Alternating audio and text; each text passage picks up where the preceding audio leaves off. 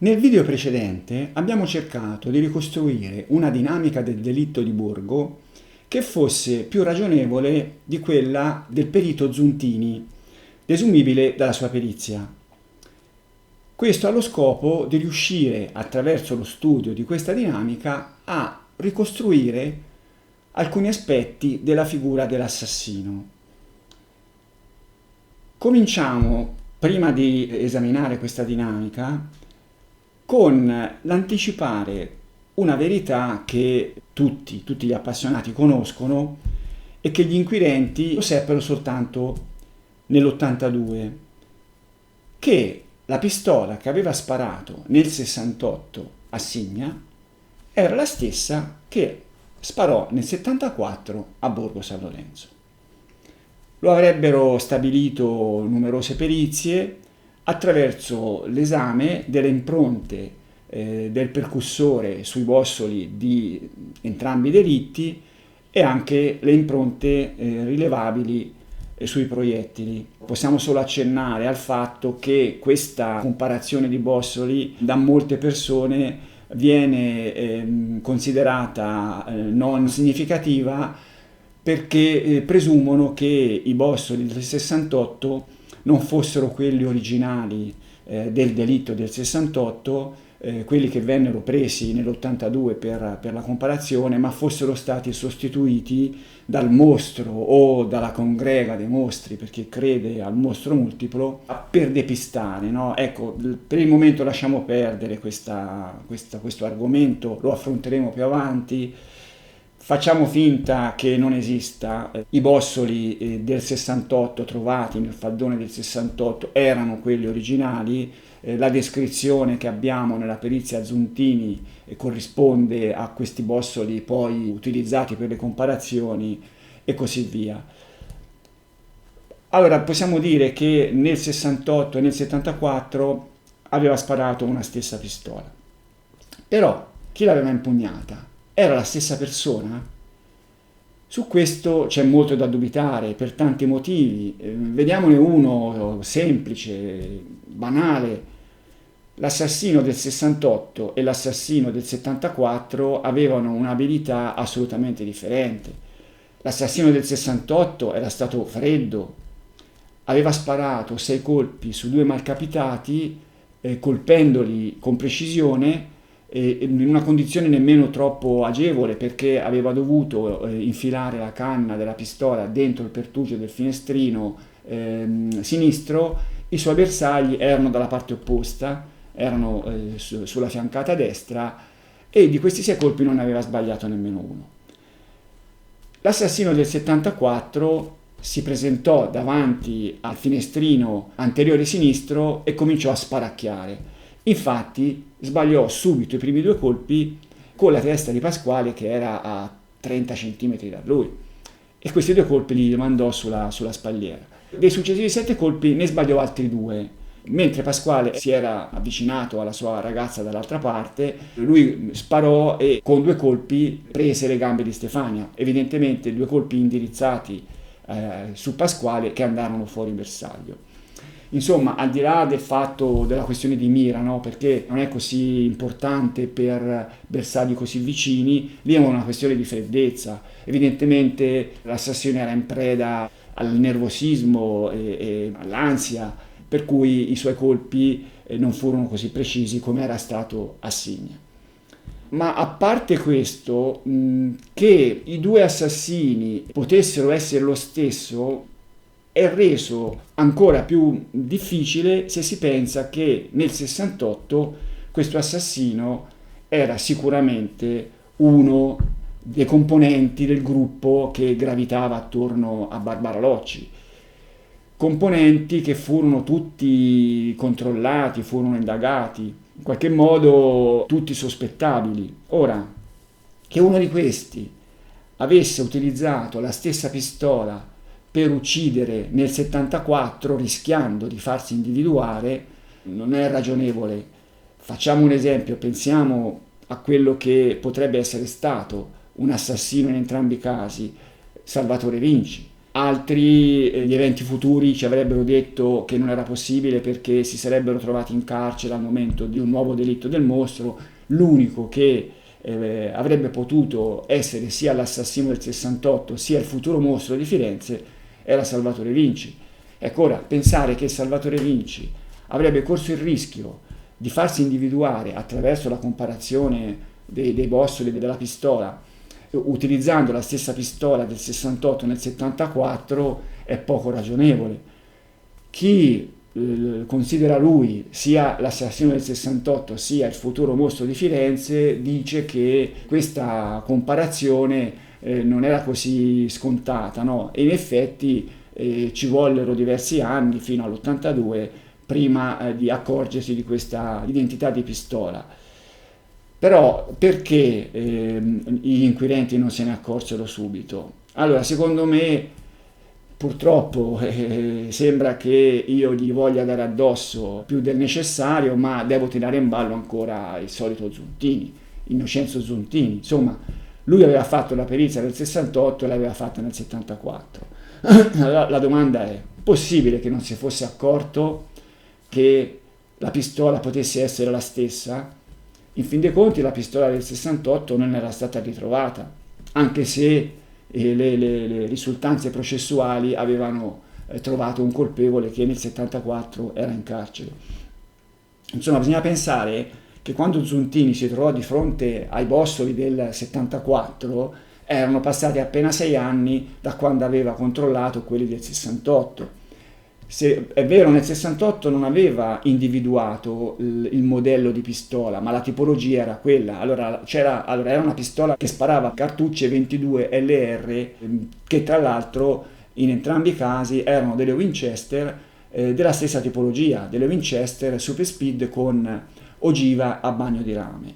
E Zuntini non aveva pensato a fare questo controllo, tanto più che se si va a vedere la descrizione che lui fece dell'impronta più importante sui bossoli, il percussore, la descrizione è identica. Nella perizia del 68 non ci sono delle misure, nella perizia del 74 ci sono delle misure di questa impronta, ma l'impronta è quella. Ecco, tanto per dire, nel 68 lui scrive che questa impronta era approssimativamente di forma rettangolare con contorni leggermente ovalizzati. Nella perizia del 74 scrisse: sul fondello di ciascun bossoletto è rilevabile, perché inciso profondamente e nettamente, il segno del percussore, del tipo a sbarretta rettangolare. Esso è delle dimensioni di circa 1,6 x 0,75 mm. E questa era una somiglianza molto importante che doveva indurlo a fare un controllo, tanto più che in entrambi i casi c'era il rigonfiamento dalla parte opposta rispetto all'impronta del percussore, c'era il rigonfiamento famoso che nel 68 aveva fatto immaginare a Zuntini un'arma usurata e nel 74 no. Lui aveva scritto nel 68: tale difetto, che si rileva talvolta in armi molto usurate e comunque non di ottima qualità, è del tutto eccezionale. Nel 74 aveva scritto un'altra cosa riguardante lo stesso difetto, chiamiamolo difetto, che però nel 74 non è più un difetto. Altro segno caratteristico delle pistole automatiche è rilevabile alla base della parte cilindrica di ciascun bossoletto, in posizione diametralmente opposta al segno del percussore. Tale segno è costituito da un piccolo rigonfiamento che si forma per la mancanza di appoggio in tal punto in corrispondenza del quale sull'arma abbiamo la gola di caricamento della cartuccia. Allora, nel 74 per Zuntini quel rigonfiamento era un rigonfiamento normale, caratteristico delle pistole semiautomatiche. A Zuntini non poteva essere sfuggita questa somiglianza. La pistola era dello stesso tipo, era stata uccisa una coppia in entrambi i casi. Il luogo non era così, i due luoghi non erano così distanti l'uno dall'altro, erano in fin dei conti sempre nei dintorni di Firenze. Un'ipotesi cattiva è che Zuntini non avesse voluto andare a rimettere mano alla perizia del 68 perché sarebbero emerse le pecche che, come appunto quella della pistola usurata, che c'erano dentro. Questa è una mia ipotesi, insomma. Dall'altra parte l'ipotesi poteva essere quella che Zuntini non ci aveva pensato, no? Che io non la ritengo verosimile, non è che questi duplici delitti erano così frequenti, probabilmente quei due erano gli unici due che c'erano stati in quel periodo. E che lui non avesse preso un magistrato e gli avesse detto guarda che qua c'è da fare questo controllo, io lo ritengo molto improbabile. Allora, ritorniamo allo sparatore del 68 che avrebbe utilizzato la stessa pistola nel 74. Ecco, avrebbe corso questo grossissimo rischio per non procurarsi un'arma diversa. Insomma, se pensiamo ancora a Salvatore Viggi, le occasioni di procurarsi un'arma diversa ne aveva, insomma c'era il fratello che maneggiava armi, ma lui stesso probabilmente non era così fuori da questo ambiente, insomma sarebbe stato logico, no? Procurarsi un'arma diversa. Evidentemente lo scenario più ragionevole è che l'assassino del 74 non avesse avuto alcun rapporto con il gruppo di sospettabili del 68. Questo è lo scenario più ragionevole. A questo punto, questo personaggio che in qualche modo si era impadronito della pistola, che abbiamo visto tra l'altro gli elementi desumibili dalle dichiarazioni di Natalino incrociati con la prima confessione di Stefano Mere, ci dicono che la pistola fu lasciata sul posto, no? E qualcuno evidentemente se l'ha presa. Cominciamo a cercare di capire chi poteva essere stato questo qualcuno. A questo punto andiamo sulla dinamica del delitto del 74 a esaminare un dettaglio importante. Andiamo all'accoltellamento di Stefania fatto per ucciderla mentre era ancora in macchina. Guardiamo questa foto. Questa foto l'abbiamo già vista al video scorso e ci fa vedere l'assassino che tappa la bocca a Stefania e cerca di palpeggiarla. A un certo momento l'assassino smise con questo approccio malato, mise mano al coltello e accoltellò la ragazza con violenza inaudita. Con quale mano? È quasi certo che lo fece con la mano destra. Allora, nella perizia De Fazio, le ferite di coltello della ragazza vengono descritte in modo un po' sintetico e da certi punti di vista un po' anche criptico, però è rilevabile in questa descrizione un andamento delle ferite da sinistra verso destra. Per esempio si legge su 3 ferite questo: 3 ferite a carico della regione latero-cervicale destra hanno andamento obliquo dall'alto verso il basso e da sinistra a destra e appaiono infiltrate e con margine inferiore ecchimotico. Appaiono infiltrate vuol dire che furono delle ferite inferte quando la ragazza era ancora viva, per cui quando era ancora in macchina. Essendo da sinistra a destra vuol dire che, se noi guardiamo l'immagine, furono inferte in questo modo. Qua era la sinistra della ragazza, qui la destra, furono inferte in questo modo. Con la mano destra, furono inferte con la mano destra. Però esaminiamo quest'altra immagine. Questa è un'immagine di un momento successivo, descrive l'azione dell'assassino che spinse Pasquale dall'altra parte dell'automobile per tirar fuori il corpo di Stefania. L'immagine fa vedere che l'assassino si ancorò allo specchietto retrovisore. Questa presunzione è data dal fatto che lo specchietto retrovisore fu trovato divelto sul pavimento dell'auto proprio davanti al sedile del passeggero. Questo ci fa pensare che appunto l'assassino lo avesse divelto durante questa operazione. In quale altro modo questo specchietto poteva essere stato strappato via? È difficile trovare un altro modo. Lo specchietto è un elemento mobile che si può appunto adattare in vari modi. Se la testa di Pasquale, la testa della ragazza, insomma, lo avesse picchiato contro questo specchietto, lo avrebbe spostato, non lo avrebbe divelto. È chiaro che l'azione più idonea ad averlo divelto è quella dell'ancoraggio della mano destra dell'assassino nel momento in cui spingeva il corpo di Pasquale. Ma Se noi pensiamo all'uso, a come l'assassino usò le sue mani, arriviamo alla conclusione che l'assassino era mancino. Se l'assassino fosse stato un destrorso, un destrimane, si sarebbe ancorato con la mano sinistra al montante dell'auto e avrebbe spinto con la mano destra. Cioè, l'azione di forza era quella della mano che spingeva, non era quella della mano che si ancorava. E l'azione di forza si fa con l'arto dominante. Poi, una volta che lo specchietto retrovisore cade a terra, l'assassino si sarà arrangiato in altri modi. Se consideriamo che aveva accoltellato con la mano destra, possiamo pensare che l'assassino fosse un mancino che usava anche la mano destra, come fanno molti mancini. Probabilmente un mancino contrastato. Cioè, se pensiamo che la sua fanciullezza probabilmente dovette essere stata negli anni della guerra, del primo dopoguerra, erano anni in cui a scuola il mancinismo veniva contrastato,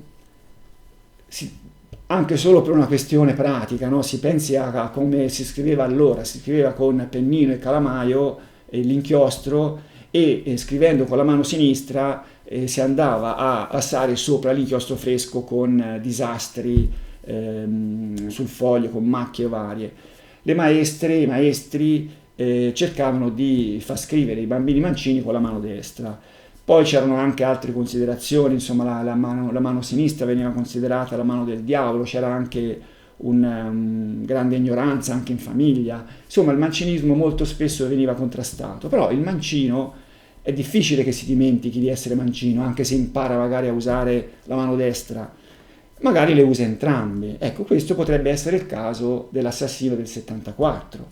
Poi vedremo nei delitti successivi, ci saranno altri indizi, magari ancora più eclatanti, di questa caratteristica dell'assassino. Un'altra cosa che possiamo dire è che una persona che riesce a spingere un corpo, non so io, Pasquale non sembra che fosse un gigante, era un ragazzo, ma sarà pesato 60 kg, no? Ora, tirar su, spingere via un corpo morto di 60 kg non è un'impresa alla portata di tutti. Io, se devo essere sincero, tanto per ribattere sempre sullo stesso personaggio, qualche spettatore mi detesterà, però parliamo sempre di Salvatore Vinci. Allora, Salvatore Vinci era alto 1,59, 1,60. Era minuto a quell'epoca, poi dopo sarebbe stato soltanto un pochino grassoccio. Vedere Salvatore Vinci che con una mano spinge via il corpo di Pasquale fino a scaraventarlo dalla parte opposta, facendogli picchiare lo zigomo nel finestrino, è improponibile. Il personaggio doveva essere un personaggio molto robusto. Per cui diciamo che abbiamo visto queste due caratteristiche, quello del mancinismo e quello del personaggio che era piuttosto robusto. A questo punto parliamo di altri aspetti desumibili dalla dinamica del delitto. Allora, il delitto del 68 di maniacale non aveva nulla, a parte che non aveva nulla di maniacale per certi aspetti desumibili dalla scena del crimine, ma poi non aveva nulla di maniacale perché era stato compiuto da persone che volevano eliminare la donna per motivi che di maniacale non avevano nulla. Ma il delitto del 74, che molti considerano un delitto maniacale, gli stessi inquirenti considerarono un delitto maniacale, era davvero un delitto maniacale? Allora, un delitto maniacale di questo tipo viene compiuto generalmente da un personaggio che non sceglie le sue vittime. È un cosiddetto last murderer, no? Quelli che uccidono per libidine, spinti da pulsioni sessuali che magari si manifestano in modo improvviso e certamente non vengono coltivate sulla stessa persona per chissà quanto tempo. C'è invece da pensare che Stefania Pettini fosse stata scelta dal suo assassino da diverso tempo, e non è detto che fosse stata scelta per ucciderla, anzi, pensiamo alla scena del crimine. Abbiamo visto che l'assassino molto probabilmente, anzi quasi sicuramente, era fuori dalla macchina mentre i due discutevano. Abbiamo già detto la volta scorsa, ma in queste 2 ore in cui l'assassino era fuori con in tasca la pistola, i ragazzi potevano partire da un momento all'altro. Quando l'assassino uscì fuori? Uscì fuori quando i due, dopo aver discusso, si prepararono a un incontro intimo, a un rapporto intimo. Si potrebbe immaginare che in quel momento nell'assassino fosse subentrato un sentimento di gelosia, una tendenza al possesso della ragazza, e fosse stata quella la motivazione che gli aveva fatto prendere la pistola dalla tasca. Lui aveva la pistola in tasca che per il momento era rimasta lì inutilizzata, prendere questa pistola, andare, uccidere il suo rivale e poi tentare un approccio con l'oggetto del suo desiderio. Un approccio che da individuo con dei problemi non gli riuscì, e per cui finì per poi succedere quello che successe. Che ci fosse un personaggio in qualche modo interessato alla ragazza è desumibile anche da una testimonianza delle cugine di Stefania. Il giorno stesso del ritrovamento dei cadaveri, una delle 2 cugine, Tiziana Bonini, così aveva parlato di fronte alle forze dell'ordine. Lo si legge nel verbale della sua audizione. Non mi risulta di episodi particolari o di conoscenze fatte da Stefania a Firenze, ad eccezione di un caso che la stessa ebbe a riferirmi relativamente a un tale che l'avrebbe seguita dalla stazione ferroviaria di Firenze fino alla sua sede di lavoro. Stefania mi riferì di questo tale che, a suo dire, non aveva mai visto in precedenza, senza descriverlo. Questo fatto me lo riferì mesi fa, ma non sono in grado di riferire sulla data esatta. L'altra cugina, Carla Bartoletti, fu più precisa. Prima che io, Stefania e Tiziana andassimo al mare a Rimini, dove siamo state dall'8 al 17 agosto 74, verso il mese di giugno, la Stefania, parlando con me, mi riferiva che in precedenza a Firenze era stata seguita da uno sconosciuto, dell'apparente età di 35 anni, che le faceva paura, dalla stazione centrale fino a Novoli, dove lavorava. Ecco qua, un individuo che nel mese di giugno, per cui non molto prima del delitto, aveva seguito Stefania Pettini a Firenze. Quest'individuo l'aveva seguita partendo dalla stazione dei treni, no? Dalla stazione di Santa Maria Novella. Ecco, questa stazione ci dice anche che questo stesso individuo potrebbe aver seguito la ragazza anche in treno e averla vista scendere alla stazione vicino a dove lei abitava. Adesso non so se era stata la stazione di Borgo San Lorenzo, e magari poi potrebbe averla seguita anche fino a casa. Ecco, questo individuo potrebbe anche aver continuato in altre occasioni a seguire la ragazza da lontano, un individuo con dei problemi, e che magari aveva anche individuato i luoghi il luogo era sempre lo stesso, dove Stefania si appartava con il suo ragazzo e era andato lì per assistere ai loro incontri amorosi, non tanto come guardone, ma quanto come persona interessata alla ragazza. E magari questo individuo potrebbe essersi portato dietro la pistola in altre occasioni sicuramente, senza mai usarla, una pistola che aveva raccolto dalla scena del crimine di Signa e sulla quale aveva fantasticato. Riprenderemo questo argomento tra poco. Parliamo di questo individuo e del suo comportamento nella fase successiva all'omicidio, per avere maggiori elementi della sua figura. Allora abbiamo visto l'età media, 35, l'età presunta 35 anni, Però questi 35 anni non corrispondevano alla sua età affettiva, sessuale, chiamiamola così. Cioè quel suo punzecchiare il corpo della ragazza a lungo e poi infilarle questo tralcio di vite delicatamente nella vagina corrispondeva a un'esplorazione.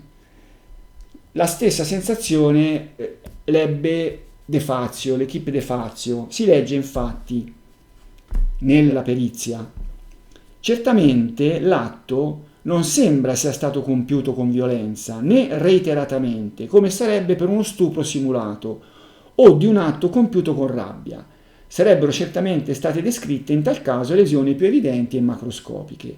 L'ipotesi che si può formulare in proposito e che coincide con l'interpretazione degli altri atti compiuti dall'omicida è che l'introduzione del tralcio di vite abbia fatto parte di una serie di atti esploratori compiuti dall'omicida sulla donna come si trovasse di fronte ad un oggetto relativamente estraneo e fosse spinto da curiosità.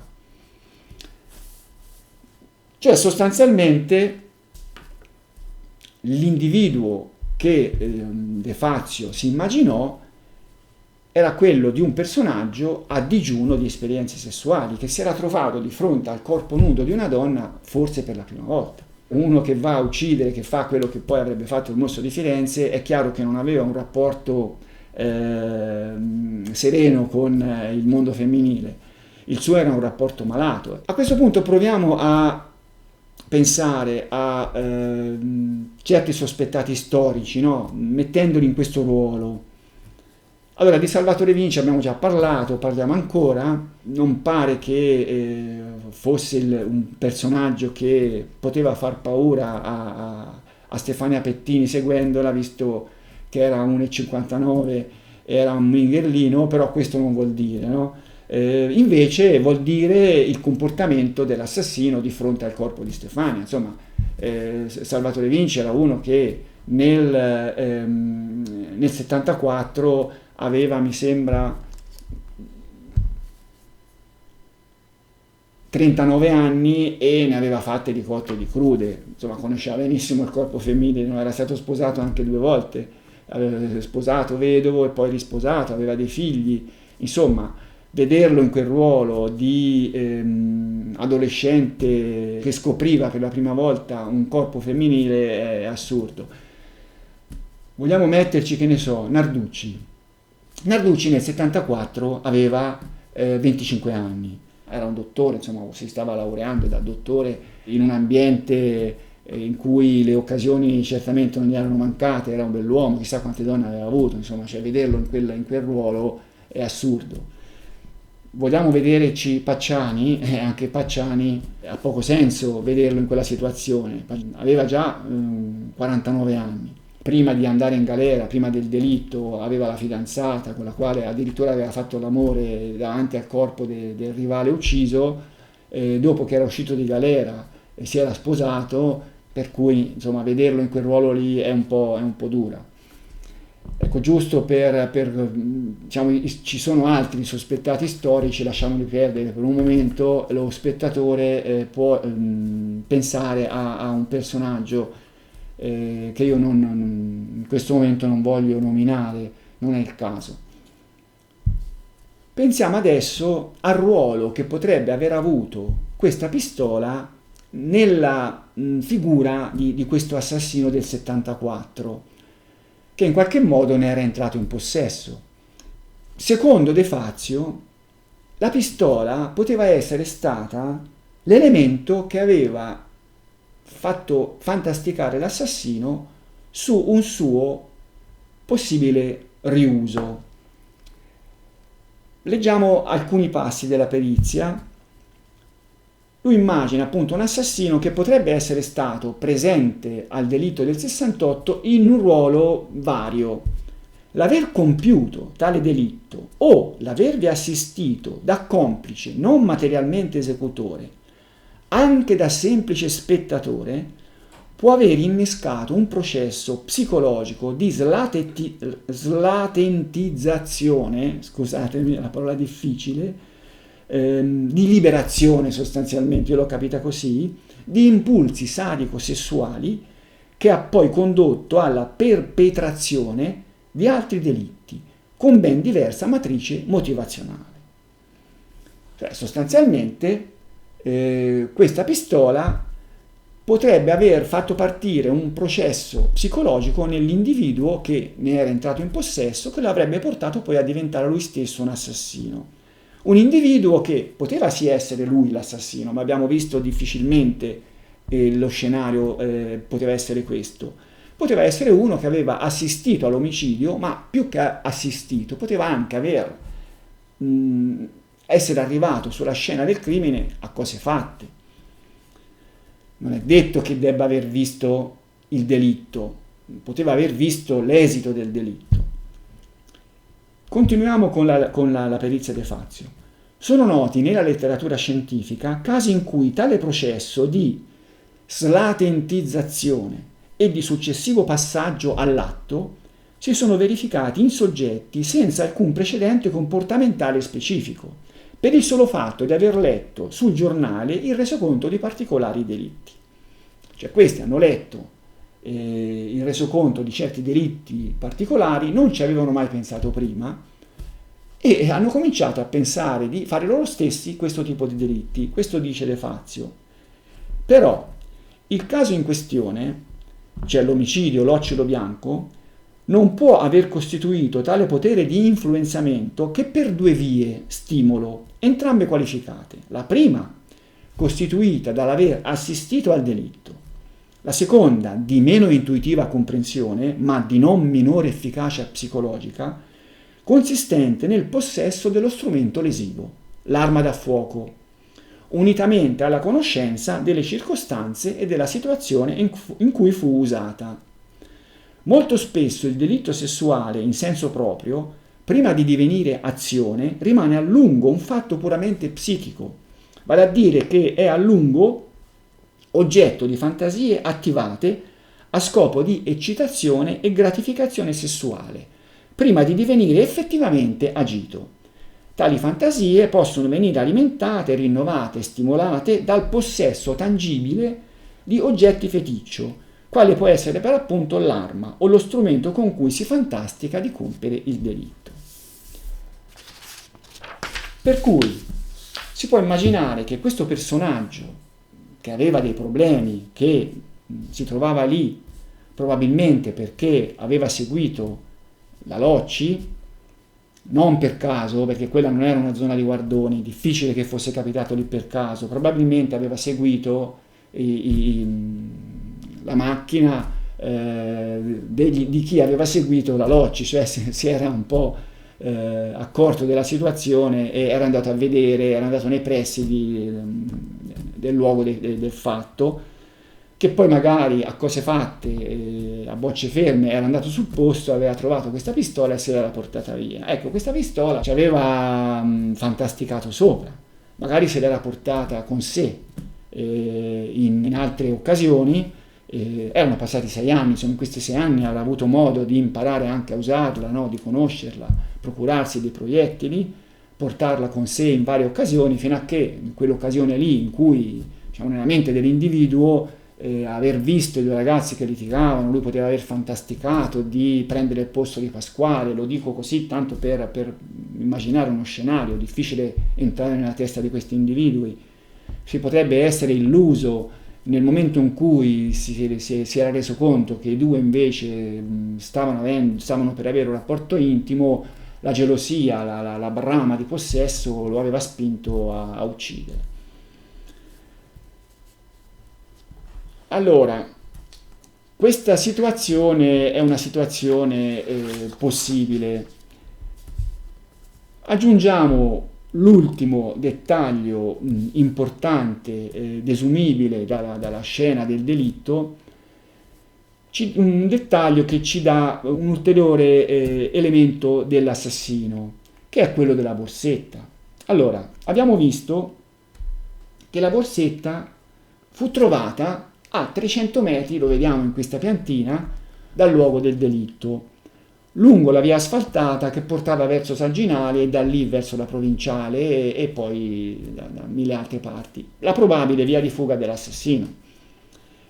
Questa borsetta venne trovata il giorno dopo, pomeriggio del giorno del ritrovamento dei cadaveri, dopo una telefonata anonima. Venne trovata in un campo di Gran Turco a 5 metri sul lato destro, lungo la via di fuga, della strada. Ecco, la borsetta era una borsa piuttosto grande, venne trovata ancora chiusa, dentro c'era il maglione di Stefania e quando fu aperta appunto fu trovato questo maglione che ci dice che la borsetta non era stata nemmeno frugata, era rimasta chiusa. L'assassino l'aveva semplicemente buttata via così come l'aveva presa, senza aprirla. Allora, si legge nel rapporto dei carabinieri relativamente al ritrovamento della borsetta. La borsa si trovava per terra accanto ad una pianticina di grano turco, la quale si trovava piegata a causa, presumibilmente, della caduta su di essa nella parte superiore della borsa stessa che si ritiene vi sia stata lanciata dalla strada. Ecco, in questa foto, poco chiara, si vede però la borsa e si vede una freccia in alto, posta dagli organi inquirenti, che indica proprio una piantina spezzata. Evidentemente la strada va considerata sulla destra della foto. Allora, la borsetta fu lanciata dalla strada, ma l'assassino su quale mezzo stava viaggiando quando lanciò la borsetta? Poteva essere a piedi? È molto difficile che fosse a piedi. Poteva essere a piedi, sì, per andare a prendere il suo mezzo, no? Però era già 300 metri lontano dal luogo del delitto e poi aveva percorso tutta questa strada lungo la via asfaltata con il rischio di essere visto da macchine di passaggio, possibile ma improbabile. E poi perché lanciarla così lontano? Fosse stato lungo la strada per qualche motivo, avesse cambiato idea sul portarsela via, l'avrebbe buttata lì. Insomma, perché lanciarla via? Sì, è possibile ma non troppo probabile. È più probabile che fosse su un mezzo. Ma quale mezzo? Una macchina? Allora, se lui fosse stato in macchina e per qualche motivo avesse deciso di disfarsi di questa borsetta, allora cominciamo con il dire che se fosse stato in macchina la borsetta molto probabilmente l'avrebbe messa nel bagagliaio, no? Però supponiamo che se la fosse portata accanto a sé, sul sedile accanto, e avesse deciso per qualche motivo, magari perché aveva paura che se lo fermavano potevano chiedergli di questa borsetta, decise di disfarsi di questa borsetta. Ma cosa avrebbe fatto? Avrebbe tirato giù il finestrino dal suo lato e l'avrebbe buttata fuori e la borsetta sarebbe finita o in mezzo alla strada o sul lato sinistro della strada e non certo dall'altra parte, sul lato destro. Per farla finire sul lato destro avrebbe dovuto aprire il finestrino dall'altra parte, sporgersi mentre stava guidando, sporgersi. A quei tempi non c'erano i bottoni di oggi, no? Avrebbe dovuto lavorare di maniglia e poi lanciare la borsa con forza, perché 5 metri non sono pochi, 5 metri al lato della strada più il paio di metri dall'abitacolo della macchina al lato della strada. E avrebbe dovuto imbroccare proprio il finestrino con una borsa grande, insomma non è un'azione proponibile. Sostanzialmente si può dire che se avesse gettato la borsetta da un'auto l'avrebbe gettata dal finestrino accanto a sé. Si può dire che lo scenario più plausibile è quello di un assassino che viaggiava su un mezzo a due ruote. Questo ci dà anche una motivazione della sua decisione di disfarsi della borsetta. Lui aveva preso la borsetta, l'aveva messa sul serbatoio della moto, del motorino o sul pianale della Vespa se aveva una Vespa. Però poi aveva pensato, o si era accorto che portarsi dietro questa borsetta era un problema perché la borsa era grande, insomma, poteva cadergli, non era riuscito a ancorarla bene, non so come poteva aver fatto. Probabilmente pensò anche che se durante il tragitto qualcuno l'avesse fermato, i carabinieri, la polizia, vedendogli una borsa di quel tipo lì da donna, avrebbero chiesto ma questa borsa dove l'hai presa? E avrebbero controllato. È possibile che gli fossero venuti in mente questi pensieri mentre stava andando via e avesse lanciato la borsa a quel punto da un mezzo a due ruote con la mano destra tirandola il più lontano possibile perché psicologicamente c'era il pericolo che gli finisse tra le ruote. E buttò questa borsetta nel campo di Gran Turco al lato, facendogli compiere un balzo di 5 metri. Per cui è molto probabile che ne dicano i mostrologi da Facebook, da YouTube, come lo sono anch'io, ma insomma c'è chi dice sì, ma perché avrebbe dovuto lanciare la borsetta da un mezzo a due ruote? Poteva essere anche a piedi, poteva essersi fermato con la macchina e essere sceso, aver buttato la borsetta. Sì, sono tutti scenari possibili, però bisogna andare sul concreto, bisogna andare su quello ragionevolmente più probabile, che ripeto, a meno che qualche spettatore poi non ne proponga uno diverso, per adesso da anni nessuno è riuscito a proporne uno altrettanto plausibile, insomma rimane quella la situazione. E allora introduciamo questo mezzo a due ruote, vogliamo chiamarlo motorino? Ma chiamiamolo motorino per un semplice motivo, perché di un motorino si parlò anche nel 68.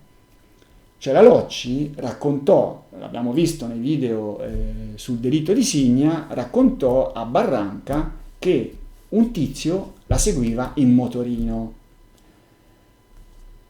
Un tizio seguì Stefania Pettini, non la seguì in motorino perché a Firenze dalla stazione non usò il motorino, però questo tizio poteva essere quello che con il motorino scappava dalla scena del crimine. Insomma, vogliamo immaginare un individuo che si era infatuato della Locci senza avere il coraggio di avvicinarsi perché aveva dei problemi, no? Aveva dei problemi affettivi, dei problemi di rapporto con le donne. Questo individuo che la seguiva con il motorino, che la sera del delitto entrò per ultimo al cinema dopo la coppia a film già iniziato o in procinto di iniziare, che Natalino notò all'uscita perché ne avevano parlato la mamma e Lo Bianco. Magari la mamma aveva detto a Lo Bianco: guarda, c'è quello che mi segue con il motorino.